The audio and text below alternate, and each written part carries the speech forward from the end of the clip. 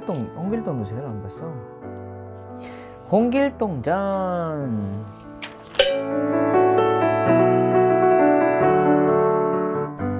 이거는 이야기 다 길어. 조선시대 세종대왕 때 서울에 홍판서가 살았습니다. 어느 날 오후였습니다. 난간에 기대어 있던 홍판서가 까무룩 잠이 들었습니다. 그런데 갑자기 번쩍번쩍 번개가 치고 우르릉 우르릉 우레소리가 나더니 청룡이 수염을 거꾸로 하고 홍판서 입으로 쑥 들어오지 뭐예요. 청룡이 입으로 들어왔다. 깜짝 놀라 눈을 번쩍 뜬 홍판서가 식은땀을 닦으며 마음속으로 크게 기뻐했답니다. 아, 내가 용꿈을 꾸었구나. 내가 귀한 꿈을 꾸었으니 반드시 귀한 자식을 낳을 게야. 그날 밤 홍판서는 사랑하는 종 춘섬과 잠자리를 함께 했습니다. 그런데 춘섬은 아기를 가졌습니다. 춘섬은 18살 천한 종이지만 몸가짐을 더욱 바로하며 지냈습니다. 그런데 신기하게도 춘섬이 머무는 방에 오색 영롱한 구름이 감싸고 있는 거예요. 신비한 향내도 났답니다. 어느덧 10달이 지냈습니다. 응애 응애 응애 응애 응애 애 응애 응애 응애 애 여기 응애 응애 응애 애 맞죠? 응애 응애 애 춘섬이 건강한 아들을 쑥 낳았습니다. 울음소리도 씩씩했습니다. 그런데 아기 왼쪽 허벅지에는 하늘에 떠있던 북두칠성 같은 붉은 점 7개가 박혀 있었습니다. 홍판서는 본부인 유씨에게서 낳은 큰아들 인형 다음으로 둘째 아들을 얻어 무척 기뻤습니다. 그 녀석 참으로 잘생겼구나. 커서 영웅 헝얼이 되어 좋은 일을 많이 하라는 뜻으로 내 이름을 길동이라고 지어 부르겠다. 길동이 점점 자라 8살이 되자 총명하기가 보통이 넘었습니다. 하나를 들으면 100가지를 알 정도였습니다. 그래서 홍판서는 더욱 귀여워했습니다. 하지만 길동이 아버지니 형이니 하고 부르면 바로 꾸짖어 그렇게 부르지 못하게 했습니다. 왜요? 그 이유가 뒤에 나올 것 같아. 길동은 10살이 넘도록 감히 아버지를 아버지라 형을 형이라 부르지 못했습니다. 게다가 종들에게도 천대를 받았지 뭐예요. 길동은 커서 벼슬도 할 수 없었습니다. 이건 다 길동이 서자로 태어난 신분이 천해서 그런 거랍니다. 서자여서 그런데. 서자 누구예요? 야, 저번에 알려줬잖아. 서자가 누구예요? 서자? 이게 아빠한테 부인이 여러 명 있고 본부인이 아닌 다른 부인한테서 낳은 아들. 아하. 서자란 본부인이 아닌 딴 여자가 낳은 아들을 이르는 말입니다. 아, 서자 뜻 나와 있네. 그런 어느 날 누구예요? 이제 길동이 서자야. 그러니까 이제 사람들이 천하게 본 거야. 그러던 어느 날 길동이 생각했습니다. 산의 지장부로 누구예요? 홍길동. 산의 지장부로 태어나 어떤 이름으로 그래요? 홍길동이 뭐 어찐다고? 아니. 산의 지장부로 태어나 글 공부를 해서 벼슬을 못한다면 차라리 병법과 무술을 익혀 나라에 큰 공을 세우자. 그러고 나서 뜰에 내려와 검술을 익혔습니다. 그래도 글 공부를 게을리 하지 않아 길동은 생각이 더 깊어지고 마음속에서 큰 꿈이 자라기 시작했습니다. 이때 홍판서의 작은 부인인 곡산모는 춘섬과 길동이 홍판서한테 사랑을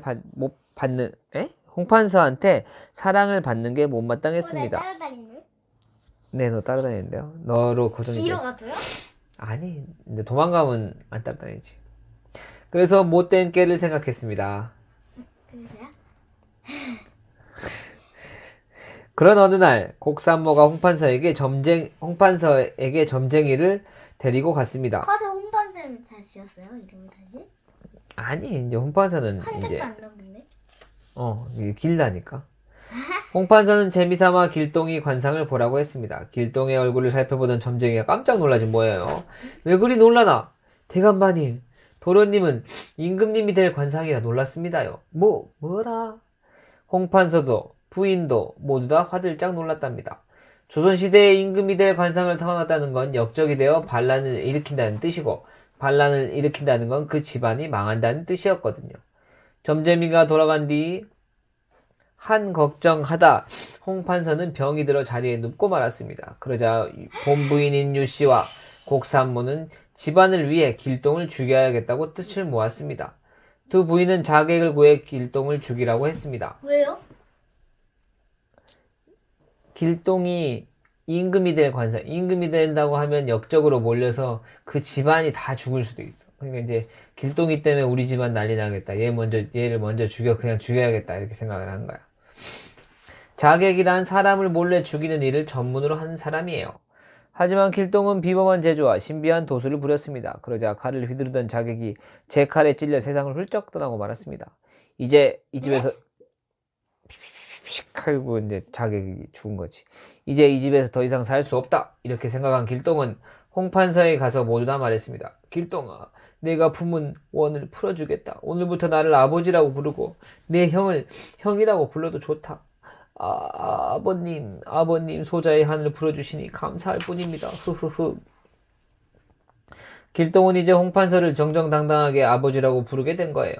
하지만 그 기쁨도 잠시뿐. 이제 길동은 집을 나가 정한 데도 없이 먼 길을 떠나야 했답니다. 길동은 집에서 나와 몇 날 며칠을 걷고 또 걸었습니다. 그러다가 경치 좋은 데에 다다라 주위를 잘 둘러보는데 큰 바위 밑에 커다란 돌문이 보였습니다. 돌문을 열고 들어가자 수백 채 집이 있고 여러 사람이 모여 잔치를 하며 즐기고 있었습니다. 알고 보니 거기가 도적의 소굴이었습니다. 한 도적이 길동을 보고 예사롭지 않다는 듯 반기며 말했습니다. 그대는 누구이고 왜 여길 찾아왔어? 여기에는 영웅 수천이 모여있지만 아직 우두머리를 못 정하고 있어. 그대가 만일 용기와 힘이 있고 참여할 마음이 있다면 저 돌을 들어보시오. 이 말을 듣고 예의를 갖추어 인사한 길동이 말했습니다. 나는 한양에 사시는 홍대감의 서자 길동이라고 하오. 집에서 천대받기가 싫어 떠돌아다니다가 우연히 여기에 들어왔어. 마침 모든 호골들이 동료가 되기를 바라니 고맙소. 그리고 자네 대장부가 어찌 저만한 돌 들기를 주저하겠소. 뚜벅뚜벅 걸어가 그 돌을 번쩍 든 길동은 수십 걸음을 걸어가 휙 던졌습니다.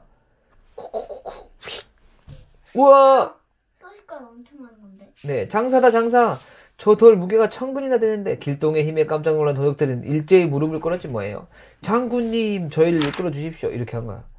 뭐야, 길동 완전 근육질이야.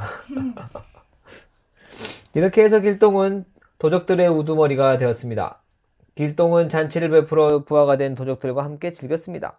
그런 뒤에 부하들과 함께 무예를 익히고 얼마 안 되는 군법을 엄하게 세웠습니다. 얼마 안 돼요. 군법을 엄하게 세웠습니다. 그런 어느 날 길동은 기이한 계획을 세우고 합천 해인사에 가 보물창고를 털어 가난한 사람들에게 나눠줬습니다. 그런 다음 한경도 가명으로 가 돈과 곡식을 훔쳐 나올 때 북쪽 문에 글을 써 붙였습니다. 아무날 돈과 곡식을 훔친 건 활빈당 당수 홍길동이다. 둔가법과 축지법 같은 갖가지 도수를 부려 전국 팔도의 못된 지방 수령들의 재물을 빼앗았습니다. 길동은 자기들을 활빈당이라고 하고 빼앗은 것을 가난한 사람들에게 나누어 주었습니다. 길동은 나쁜 관리들을 털고 다녔지만 백성들의 곡식과 재물에는 손도 대지 않았습니다. 그렇게 해서 홍길동이라는 이름은 전국 방방곳곳에 알려지기 시작했습니다. 하루는 길동이 나쁘다 공기고 부하들한테만 안 주잖아. 아니지, 부하들을 잘 챙겨줬던 거지. 하루는 길동이 여러 부하를 모아놓고 말했습니다. 그대들은 내 재주를 잘 보시오. 길동은 집으로 자기만은 허수아비 7개를 만들어 수리 마수리 숨을 쉬거라 얍 하고 주문을 외자 7 길동이 한꺼번에 팔을 뽐내며 크게 소리치고 한 곳에 모여 야단스럽게 짓거리지 뭐예요. 어떡해요? 네, 까본 것 같은데요. 누가 진짜 길동인지 알 수가 없었답니다. 8길동은 전국 팔도에 하나씩 흩어지면서 각기 부하 수백 명씩을 거느리고 갔습니다. 그지? 8명이 된 거죠. 그 중에서도 누가 진짜 길동인지 알 수가 없었습니다. 8길동은 팔도를 다니면서 비와 바람을 마음대로 불러오는 술법을 부려 각 골 창고에 있던 곡식들을 하룻밤 사이에 흔적도 없이 털어갔습니다. 또 지방에서 서울로 올려보내는 선물 보퉁이들을 몽땅 빼앗아갔습니다. 이렇게 되자 전국 방방곳곳이 발칵 뒤집혔지 뭐예요. 동해 번쩍 서해 번쩍. 길동이 부하들을 이끌고 나타났다 사라지면 서해 번쩍 부세 번쩍. 왜 전국 방방곳곳에 나도 하고 싶다. 전국 방방곳곳에 나타났기 어떡해. 때문에 엄청. 동해 번쩍 서해 번쩍. 아빠 그 살 번쩍 그냥 번쩍 해봐요. 너 동해 번쩍 서해 번쩍 나도 그렇게 하고 싶다. 하고 싶죠? 아빠 잠깐, 이거는 10살 되면 할 수 있다고. 사라지면서 나쁜 일을 한 부자들의 재물을 훔쳐갔으니까요. 팔도가 거울에서 사는 나쁜 일을 한 부자들이 밤에는 잠을 설치고 낮에는 길에 나다니지 못했답니다. 그런데다가 팔도에서 동시에 나타났다고 하니 누가 진짜 홍길동인지 전혀 알 수가 없었습니다. 홍길동을 잡아오면 양반이든 종이든 가리지 않고 많은 상금을 주겠다. 이런 방이 전국 방방 곳곳에 내걸렸습니다. 하지만 아무 소용이 없었습니다. 그러나 길동은 또 다른 일을 벌였습니다. 수령으로 변장하고 가마를 타고 어느 고을에 가서 가난한 백성을 괴롭히는 수령을 찾아 벌을 준 거예요. 그리고 나서 관과의 창고를 활짝 열고 배고픈 백성들에게 곡식을 나누어 주었답니다. 어허, 이거 안 되겠다. 홍길동 가족을 잡아들이라. 임금이 명령을 하자 길동의 아버지 홍판서와 형 인영이 끌려왔습니다. 상감마마 소신에게 기회를 주시옵소서. 그렇게 하오신다면 소신이 반드시 동생 길동이를 잡아오겠습니다. 그놈을 얼른 잡아서 조정으로 끌고 와라. 짐이 직접 홍길동을 신문하게 놓아라. 며칠 뒤 잠을 자려는데 인영 앞에 길동이 나타나 말했습니다. 죄송합니다, 형님. 내일 날이 밝는 대로 저를 묶어 조정으로 끌고 가세요. 아니, 내가 그런 말을 하다니. 내가 상감마마께 약속은 했다만 내 손으로 어찌 동생을 잡아 끌고 가겠느냐. 제게 다 생각이 있으니 아무 걱정 마시고 그렇게 하세요. 날이 밝자 홍판서와 인영은 밧줄로 길동을 묶고 조정으로 끌고 갔습니다. 바로 그때 전국 팔도에서 잡힌 길동도 수레에 실려 조정으로 들어왔습니다. 상감마마, 소인이 홍길동이옵니다. 거짓말 마라. 홍길동은 나다. 8명이나 되는 길동이 서로 멱살을 잡고 엉켜붙어 조정은 순식간에 난장판이 되었습니다. 홍판서가 진짜 아들을 가려내려 했습니다. 확인하니 8이 다 왼쪽 허벅지에 붉은 점 7개가 박혀 있었습니다. 아이쿠, 홍판서가 충격을 받고 쓰러졌습니다. 아버님! 8길동이 재빨리 다가가 홍판서에게 환약을 먹였습니다. 바로 그때 진짜 길동이 주문을 외자 7 홍길동이 풀썩 쓰러져 스르르 허수아비로 변했습니다. 그 사이 진짜 홍길동은 온데간데 없이 사라졌지 뭐예요. 이 광경을 본 임금도 길동의 재지에 놀라고 말았답니다. 홍길동의 소원이 무엇이냐? 짐이 그 소원을 들어주겠노라. 그러자 인영이 말했습니다. 상감마마, 제 동생의 소원은 병조판서 되는 것이옵니다. 서자에서 자기 소원을 이룰 수 없어 이런 일을 벌인 것으로 아옵니다. 좋다. 짐이 홍길동에게 병조판서의 자리를 주고 다시는 죄를 묻지 않겠노라. 그러니 어서 길동을 찾아 알리라. 임금 말이 떨어지자마자 구름을 타고 나타난 길동이 큰절을 하고 말했습니다. 상감마마, 감사옵니다. 이것으로 소신은 모든 소원을 풀었사옵니다. 하오니 소신은 바로 조선을 떠날 것이옵니다. 상감마마, 오래오래 건강하시옵소서.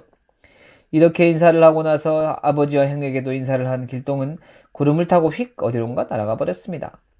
그 뒤 길동은 소굴로 가 부하들을 이끌어 조선을 떠나 남경으로 가다가 율도국으로 들어가 사방을 둘러보았습니다.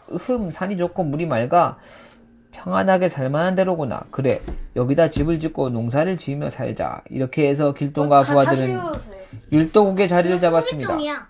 알아. 성길동 아니야. 홍길동. 얼마 뒤에 길동은 요괴에게 잡혀간 아름다운 두 아가씨를 구하고 율도국의 임금이 되었습니다. 그때 아버지 홍판서가 세상을 떠났다는 소식을 받았습니다. 흐흐흐흐. 아버님, 조선에 돌아간 길동은 정성을 다해 3년상을 치렀습니다. 그런 뒤에 다시 율도국으로 와 나라를 잘 다스리며 행복하게 오래오래 살았습니다. 아빠 저를 안 봐요. 나는 성길동. 얼굴이 내가 잡혔다. 자, 생각하기. 홍길동 합천 해인사 털어먹듯 한다는 우리 속담이 있습니다. 이거 뭔 말인지 알죠? 이거 남김없이 아주 그냥 싹 털어갈 그런 모습을 얘기하는 거죠. 보고 있는데요. 그러네.